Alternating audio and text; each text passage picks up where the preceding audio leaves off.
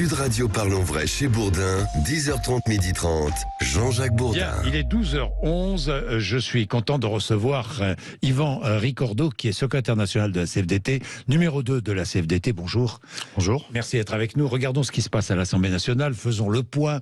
Je regarde les derniers chiffres, j'ai besoin de mon téléphone parce que ça change sans arrêt à propos des fameux amendements et de l'article 7 qui doit être voté ou pas, d'ailleurs, qui le sera ou pas, avant ce soir minuit. Donc il va falloir accélérer à l'Assemblée parce qu'on en est où? Il reste aujourd'hui un amendement Modem, 2 amendements Horizon, 3 amendements Lyot, ça c'est le groupe indépendant, 71 amendements LR, 11 RN, 3 Renaissance, 5 écologistes et 1854 amendements de la LFI, la France Insoumise. Sur ordre de Jean-Luc Mélenchon, la France Insoumise n'a pas retiré ces amendements. Vous le regrettez? Est-ce que vous voulez un vote avant ce soir minuit, vous?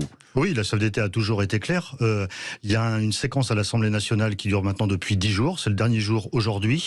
L'enjeu pour la CFDT, c'était de faire en sorte que l'ensemble des dispositions du projet de réforme des retraites soient examinées dans le lieu par essence de la démocratie de notre pays, pour faire en sorte que l'ensemble des forces politiques s'expriment sur chaque disposition, et notamment bien sûr, sur le report de l'âge légal à 64 ans, le fameux article 7. Et donc, la CFDT souhaitait qu'il y ait un vote à l'Assemblée nationale sur l'article 7 pour que chaque député puisse se prononcer pour ou contre, mais qu'il y ait de la visibilité à l'expression politique dans notre pays. Ça vous aurait aidé dans la mobilisation? C'est même pas ça l'enjeu. La question, c'est pas comment on peut s'appuyer sur ce qui se passe à l'Assemblée nationale pour construire la mobilisation. Vous savez, le mouvement de mobilisation, il est très ancré dans le territoire. Il a un moteur sur l'injustice sociale qui fonctionne de façon très forte, sur lesquels il faudrait des réponses d'ailleurs. Et donc, il n'y a pas besoin d'instrumentaliser ce qui se passe à l'Assemblée nationale pour appeler les salariés à se mobiliser. Par contre, c'est plutôt l'inverse qu'on attendait. C'est de faire en sorte que l'expression des mobilisations trouve des réponses au sein de l'Assemblée nationale. Et là-dessus, il y a deux écueils majeurs. Le premier, c'est qu'on ne peut pas dire que le niveau de débat à l'Assemblée nationale était au niveau de la responsabilité des organisations syndicales. Vous savez ce que dit, vous allez me dire ce que vous en pensez, le président de la CFTC, il dit c'est lamentable ce qui se passe au Parlement. Vous êtes d'accord avec lui? En tout cas, c'est pas au niveau souhaité. On a aujourd'hui des cortèges, des manifestations qui sont responsables, qui sont dignes et qui disent un profond désaccord sur le fond. Et donc, on aurait souhaité avoir un niveau de débat politique responsable, digne et qui soit sur le fond à l'Assemblée nationale. Et c'est vrai que ça a été plus souvent le cas des invectives, de l'instrumentalisation sur le jeu d'amendements plutôt que de venir sur un débat sur le fond. Yvan Ricordeau, si... regardons, si le texte n'est pas voté avant ce soir minuit, il va partir au Sénat. Le Sénat, lui, va entériner probablement la prolongation de l'âge légal à 64 ans. Bon, ensuite, le texte va revenir à l'Assemblée nationale. Imaginons qu'à l'Assemblée nationale, le texte ne soit pas voté une nouvelle fois, parce qu'une nouvelle fois, des amendements vont être déposés, il y a un temps imparti, le texte n'est pas voté. Le texte passera et sera appliqué par ordonnance. Par ordonnance. Ce serait déplorable. C'est plus que déplorable. Il y a 2 éléments, je pense, de projection. On n'est que sur des projections, donc il faut être sur des projections. Il faut faire attention. Bon. Mais il y a 2 éléments. Le premier, c'est que c'est pour la CFDT inenvisageable. On ne peut pas avoir une réforme aussi importante et aussi sensible que la réforme des retraites qui s'applique sans vote à l'Assemblée nationale, au Parlement, et qui soit appliquée que par ordonnance. Donc, premier élément, c'est que c'est pour nous inenvisageable. Et le deuxième élément, c'est... Je ne sais même pas ce que dirait le Conseil constitutionnel sur une question comme celle-là. Jamais une réforme de cette ampleur-là s'est appliquée de cette façon-là. Donc vraiment, l'enjeu, c'est de faire progresser le débat démocratique, y compris au sein du Parlement, pour, in fine, faire la démonstration qu'il n'y a pas de majorité, parce que ça, c'est pas établi aujourd'hui, sur cette réforme-là. Voilà, il n'y a pas de majorité établie, c'est vrai, aujourd'hui. Alors, Yvan Ricordeau, vous demandez un vote, donc, à l'Assemblée nationale, au Parlement, vous demandez un vote absolument, et puis, vous continuez à être mobilisé, vous demandez toujours le retrait, on est bien d'accord, le retrait de ce projet de loi. Vous allez vous mobiliser le 7, les syndicats sont unis, le 7 mars, vous allez vous mobiliser, ce jour-là, vous appelez, comme les autres, à la grève et à la manifestation. Oui, tout à fait. On le fait en toute responsabilité, en toute conscience, une nouvelle fois, pour une raison, c'est il y a une opposition majeure dans notre pays à la réforme de la retraite pour reporter l'âge à 64 ans. Et depuis le début de la séquence, on n'a aucune réponse de quelque nature que ce soit du gouvernement. Et donc, du coup, on a fait des mobilisations historiques, jamais connues dans notre pays depuis plus de 30 ans. Et donc, on est quand même dans un mouvement social qui est d'une ampleur inégalée depuis des décennies, et on n'a aucune réponse de la part du gouvernement. Donc, ce qu'on va faire le 7, c'est on va monter d'un cran. Et donc, on va monter d'un cran en disant, puisqu'on a fait les mobilisations historiques, vous nous avez pas répondu, on monte d'un cran, répondez-nous. Et donc, monter d'un cran, c'est bloquer. C'est pas bloquer le pays, c'est bloquer la réforme et faire face au blocage du gouvernement sur lesquels on n'a pas de réponse aujourd'hui. C'est-à-dire bloquer la réforme. Et donc, comment faites-vous pour bloquer la réforme sans bloquer le pays? Ce qu'on va faire, c'est que le 7 mars, il y aura une journée de mobilisation qu'on espère comme on n'a jamais connu encore depuis très longtemps. La référence historique, je ne sais pas où il faut la chercher maintenant, mais ça veut dire qu'il y aura des manifestations partout en France, sans doute dans encore plus de villes que ce qu'on a fait jusqu'à aujourd'hui, dans des villes encore plus petites, il y en aura plus, avec plus de manifestants. Ça, c'est la première démonstration de force qu'il faut qu'on fasse. Et autour de ça, il y aura d'autres initiatives qu'on espère construire en intersyndical pour faire en sorte qu'il y ait de la visibilité en termes d'opposition. Alors oui, sans doute qu'il y aura en plus des manifestations, des grèves. Des grèves, bien sûr. Vous appelez à la grève? Oui, bien sûr qu'on appelle à la grève. De toute façon, vous savez, pour participer à une manifestation à 10h le matin ou à 14h l'après-midi, je ne vois pas bien comment, au niveau d'un syndicaliste, on peut faire autrement que faire un débrayage ou une journée de grève. Donc du coup, oui, bien sûr qu'il y aura des appels à la grève. Mais ce qu'on fera, c'est des opérations de visibilité aussi sur des centres commerciaux, sur des périphériques, devant des zones industrielles, avec peut-être des éléments, par exemple, dans le secteur de la construction, des grues qui s'arrêtent, pour qu'on montre que les travailleurs arrêtent le 7 mars pour s'opposer à la réforme des retraites. Yvan Ricordeau, pourquoi est-ce que vous n'appelez pas à la reconduction des grèves? Pourquoi est-ce que grève reconductible, ces deux mots, ne sont pas inclus dans le communiqué commun de tous les syndicats? C'est pas dans le communiqué commun. Donc l'intersyndical appelle à faire grève et à manifester le 7 mars. Donc mais vous n'appelez pas à des grèves reconductibles. Et on n'appelle pas à la grève reconductible. Pourquoi? Parce que au niveau de notre pays, il y a une chose qui est claire, c'est qu'il y a peut-être 2 ou 3 secteurs qui ont une culture d'organisation, une culture de manifestation qui peut s'imprégner de ce mot d'ordre-là. Mais dans l'ensemble des secteurs professionnels, c'est pas ce que nous disent les salariés, c'est pas ce que nous disent les militants CFDT. Ils nous disent qu'il faut absolument peser, manifester, s'opposer à ce projet de réforme, mais qu'il y a des questions de pouvoir d'achat, il y a des questions de capacité d'action qui sont posées, et que du coup, ce qui convient, c'est de faire des débrayages, de faire des journées de grève et d'être le plus nombreux possible, et donc, que c'est pas possible de faire autrement. Quoi qu'il arrive à l'Assemblée nationale ou au Sénat, vous n'appellerez pas à la grève reconductible? C'est pas le mot d'ordre qui correspond à la capacité de mobilisation des salariés aujourd'hui. Oui. Mais je pense que c'est une façon de détourner le mouvement qui est en train de se passer actuellement. Actuellement, on a le mouvement le plus ancré. Détourner. Aujourd'hui, on a le mouvement le plus ancré. Dans les territoires. Oui. Il y a les responsables des organisations syndicales étaient à Albi, qui a connu une démonstration de force hier comme elle n'a jamais connu depuis très longtemps, peut-être qu'elle n'a jamais connu tout court. Et donc du coup, c'est très ancré dans les territoires, c'est très ancré dans toutes les professions. Vous n'avez pas un mouvement en 2023 qui est une grève par procuration. Vous n'avez pas en 2023 1 ou 2 ou 3 secteurs professionnels qui donnent l'image de ce mouvement-là. Le mouvement de 2023, c'est l'ensemble des travailleurs qui refusent la réforme des retraites. Et c'est ça qu'il faut conserver. Et donc du coup, l'élément qui est central, c'est on a aujourd'hui la mobilisation la plus forte qu'on ait connue depuis les années 80. Vous vous rendez compte? Et donc du coup, quelle démonstration on doit faire de plus pour que le gouvernement nous dise OK, oui, il y a un problème. Quelle démonstration de plus? C'est justement, on va faire le 7 mars, on va faire plus, mais la question, elle est à renvoyer au gouvernement. Et après? La question, elle est à renvoyer au gouvernement. Est-ce que le gouvernement...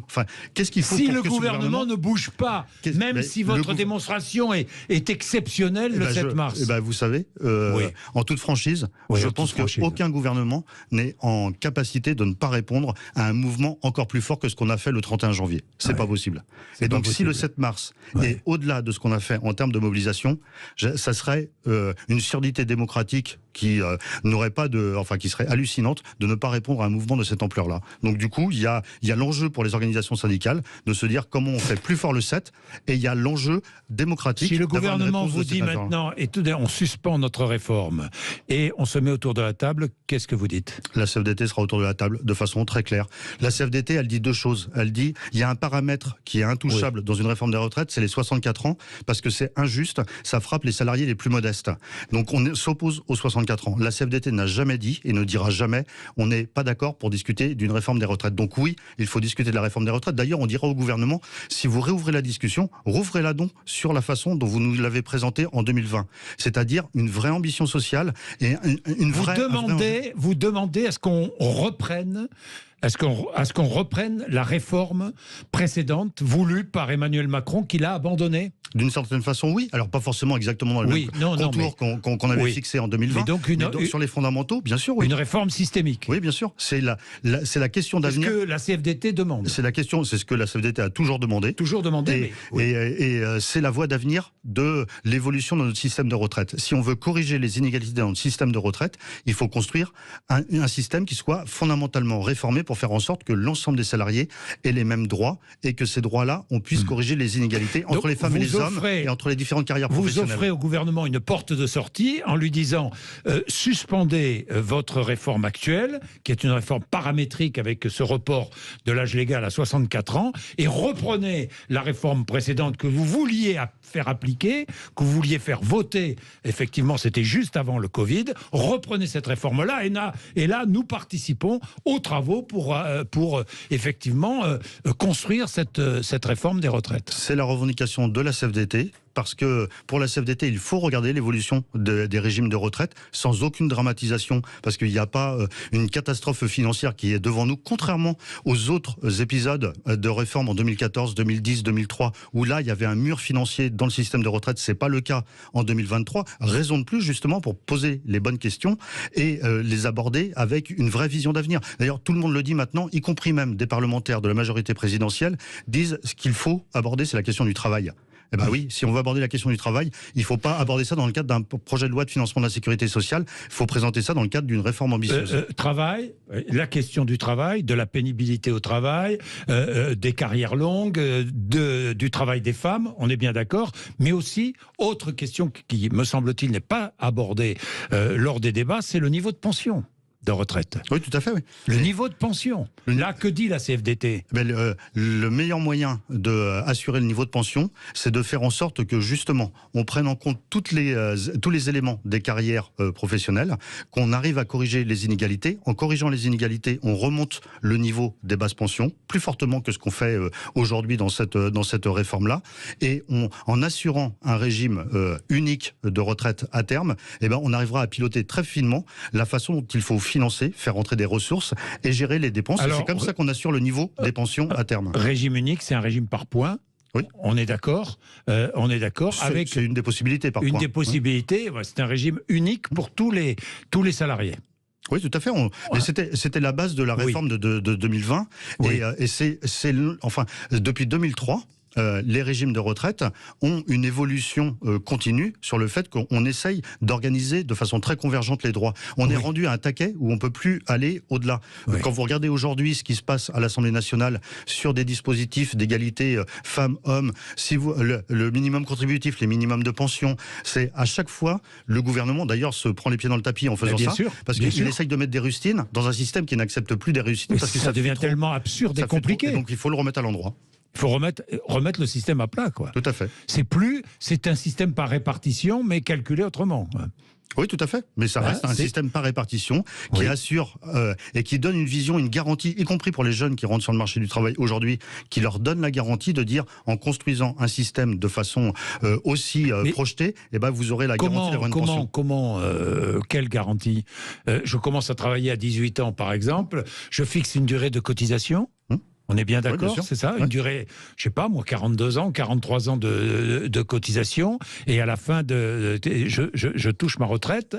Une retraite, en quoi c'est plus positif? Je dis ça pour nos auditeurs, pour qu'ils comprennent bien. En quoi c'est mieux pour le salarié? En quoi c'est mieux pour lui? Pour deux raisons. et Oui. qui sont les deux raisons fondamentales d'opposition de la CFDT à cette réforme-là.